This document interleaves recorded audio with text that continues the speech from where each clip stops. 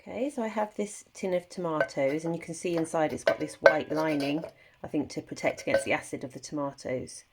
So I'm going to remove the lid and the label and then get cutting this rim off with my tin snips.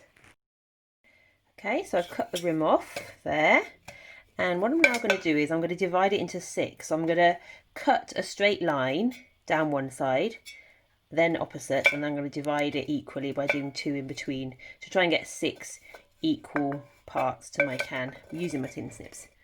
Okay, I'm going to keep this because I can cut another flower out of this that can go to one side.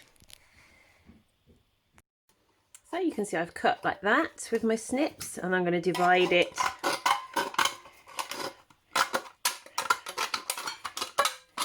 each of these into 2. I'm going to end up with 6 different petals.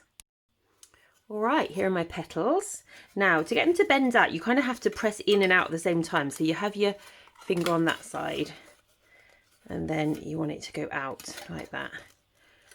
Okay.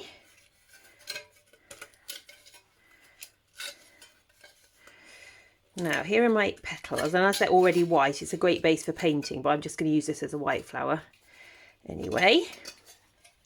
And I'm going to shape them. So what I do is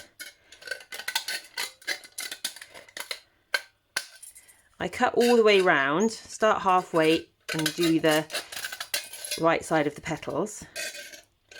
And then when you've done all of those, just because I'm right-handed, I don't know if it works exactly the opposite way if you're left-handed, but then I turn it over to get the other curve. So I'm not having to cut awkwardly like that. I've just found it works better. So to get the other side, I turn it over and cut the other half. Like that. So here I am with my white flower, and then I'm just going to make a middle bit for it. And to do that, I'm going to need a drinks can and a pair of scissors, because you don't need tin snips for drinks cans, just normal scissors will do. Alright, so don't need those. To cut the middle, I'm going to have an ordinary drinks can, and I'm going to cut halfway, so you can just kind of stick your scissors in.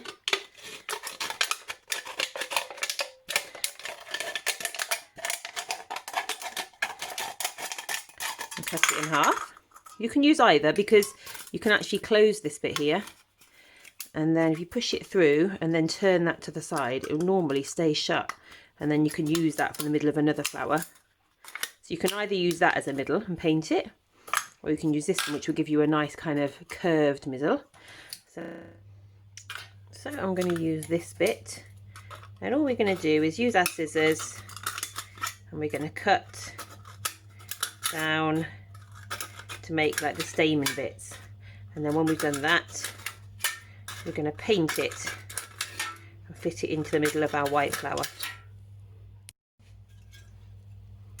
Alright, so we're going to paint this, and we want it to look like this one. I've only put 1 coat on this, so it needs another coat really, but first of all I want to fix it in the middle, and then I'll do the second coat after. Now you can just use a strong glue for this. I think you could use Gorilla Glue, but I want mine to go outside, and also you've got to think about a way of fixing them. So what I'm going to do is drill a couple of holes that go all the way through and thread wire through, like a stitch of wire. Then I'll paint over it with the yellow so it's kind of invisible, and then that also gives me somewhere to screw through if I want to attach it to a fence, which is what I want for my ones. Right, I thought I'd show you with my 100-year-old drill exactly how I do that. So I'm just placing it on a piece of wood. There's like a scrappy old piece of wood that I use. Turn it over, you can see all the drill marks. And I'm just going to drill a couple of holes in.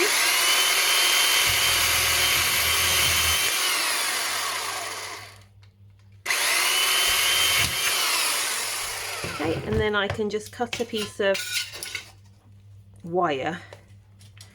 This is just normal garden wire that's plastic coated. Okay, and I'm just going to thread it through like that, and thread it through the underneath ones. And you could use glue as well, it's up to you. I'm just going to use wire because that also, as well as holding it in place, I twist it on the other side. It gives me, if I want to hook it round anything as well, it gives me a little back to it. Or sometimes I put a little blob of Gorilla Glue there as well. I have done that just to hold it in place. Because the wire's coated, it shouldn't rust. So all I'm going to do for this is repaint that, so it's got another layer of yellow on it, and then I'm going to spray it with a clear, like yacht outdoor varnish because it's going outside, and then that is good to go. Just going to show you the glue I'm using, the Rust-Oleum.